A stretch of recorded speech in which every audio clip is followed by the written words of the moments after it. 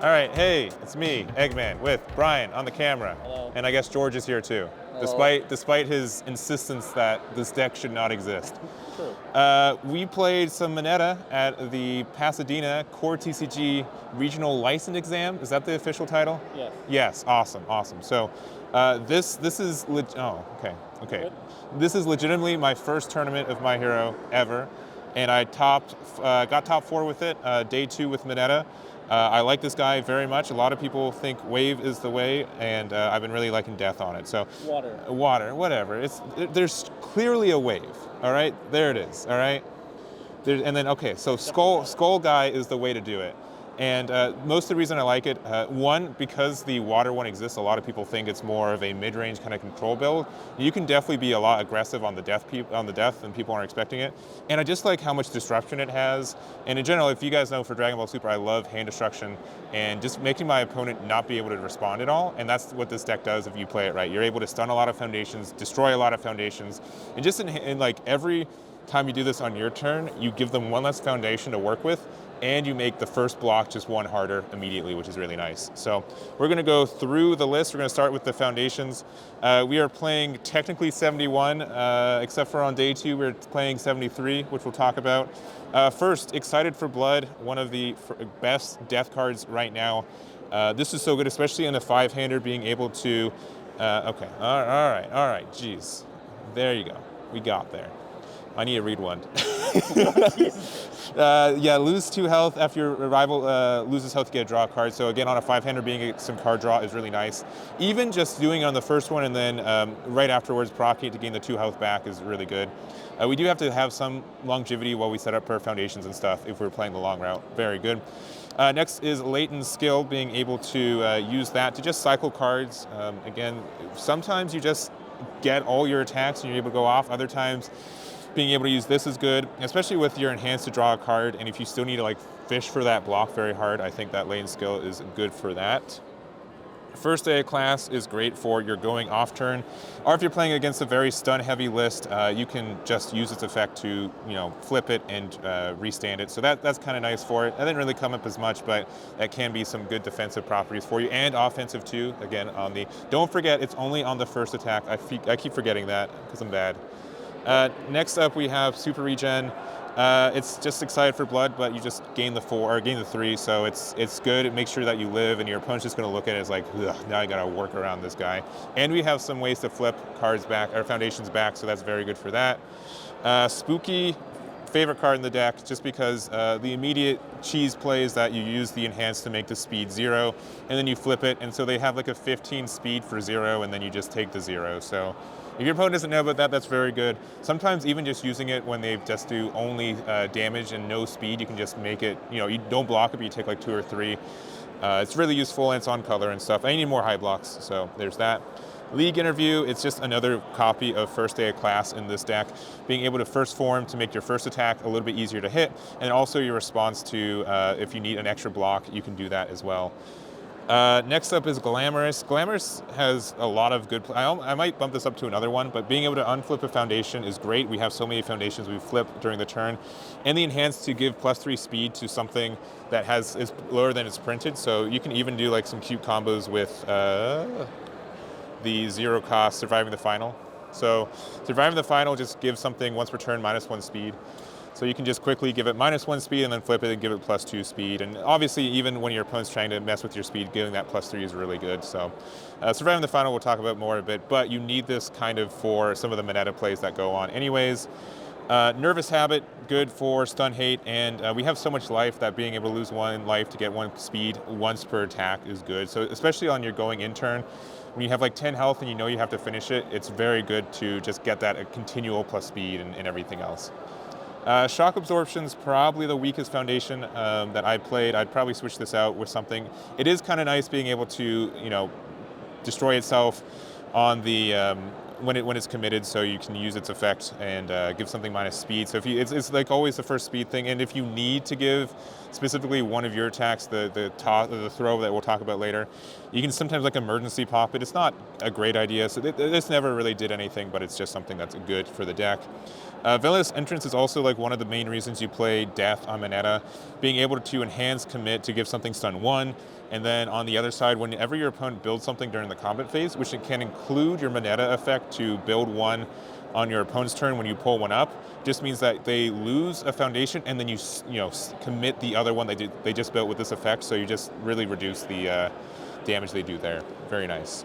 And then which is commit. You can do this on commit as well. So you stun it, and then on the opponent's turn you flip it over, and then you go from there. And then last, we got a couple more. But last two. This is a 6 check, so we run it. Thanks, Brian. And then also, the whole deck. Yes, only like half of it. All right. And then Fury attack +2 speed. That's fine. We might change this. We might add more of those instead of the minus speed boy we were talking about. And then this is a 0, so if we use our Great Rush, then we can give it -1 speed, and then we can give it throw and +2 damage, which is the idea. So talk about more. If you know Mineta, you know that card's broken in the leader, and that really helps you out. Or the character. Sorry, we got George right here giving me looks for using the correct terminology. All right. Evil Gaze. If you could run 6, you would run 6. This card is so good in the deck. It helps you finish the game, and then if you can even use it defensively too. So if you know that you're going to block something, you can give something -2 speed, and then you can pop a foundation because you blocked your opponent's attack. It has Breaker 1 just in case you need to do that too. But it's just super easy source or foundation destruction, which also is really nice when you're just getting rid of the foundations anyways. So love this card. Very, very good. Turn to Dust, also stun 2 on anything when there's already foundation destruction is good.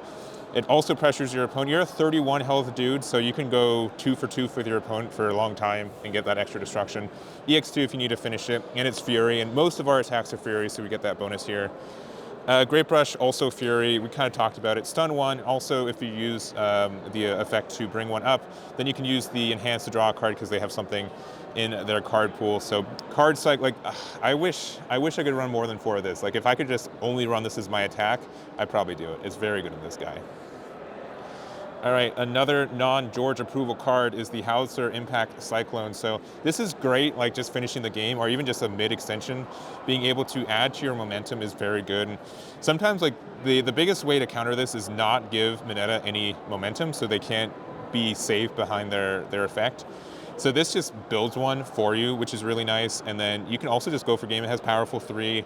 And you can just get momentum and draw cards too. Like you can just draw like 2 off this, and again in a character that doesn't has a low hand size, that card draw is really important, and just a really good finisher overall.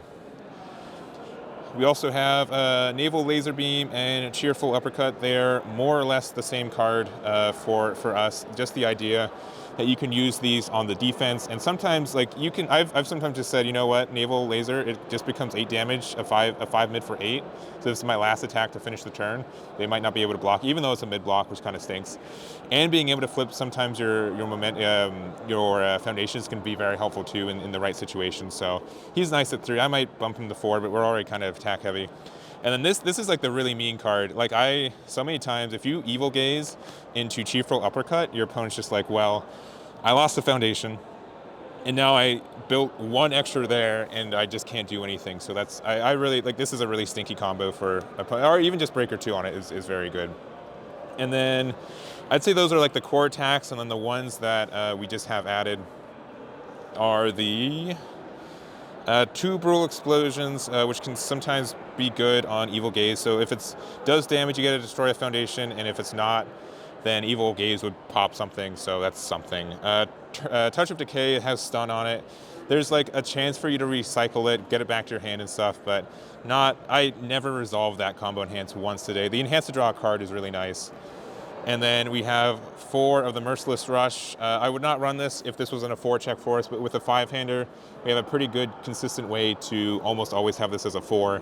And it just, like, this is a really good way to, like, build our first momentum because it has enhance. If this card is completely blocked, your opponent has to destroy a foundation. So they'll half block it, they'll take the 3 damage, and then you build a momentum, which is all you need. So last thing to talk about is the sideboard, or kind of the lack thereof. The sideboard is trash, I'll just say that outright.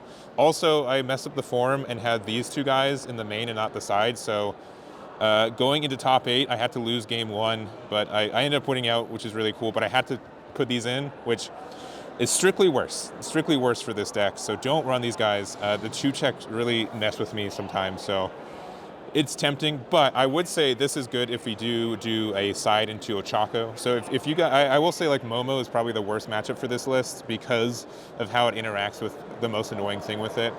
So I think Death is in a good spot with Mineta, and then you just, either go into Ochako, even if you like Ochako more and then you just have Mineta on the side. Going first Mineta feels really good. I'd say if you're going first and you can guarantee it, I think Mineta is a really good choice for the matchup. Otherwise, Ochako, I think it just has like a more well-rounded matchup. Sometimes it's not as clean against some decks, and especially Momo. You never want to play Mineta against Momo. So having that option there, I think, is really strong. But rest of this is not super good. If you want to run a fourth one of these, go for it. But I don't recommend it my side. I literally did not and then could not side. So that is that. This is tempting, but it's probably not worth in the deck. And that's it. That is it. So I hope you guys enjoyed this video. Big shout outs to, let me make sure I get all this right. Stage Zero, Brian and George specifically for helping me.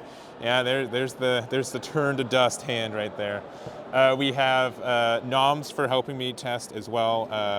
Big shout outs to Tyler as well from KC, the Midwest boys, for getting me into the deck, for suggesting Death Mineta to me like 6 months ago, last time I played this game, and just sticking to that. I think that was really good. And just everyone else who's helped me. This was super fun. I'm really happy I made it out here, and the community was really great and really welcoming to someone who was playing it for the first time. So I think that's going to be it. Thank you guys so much. If you have any questions, let me know, and I'll catch you all next time.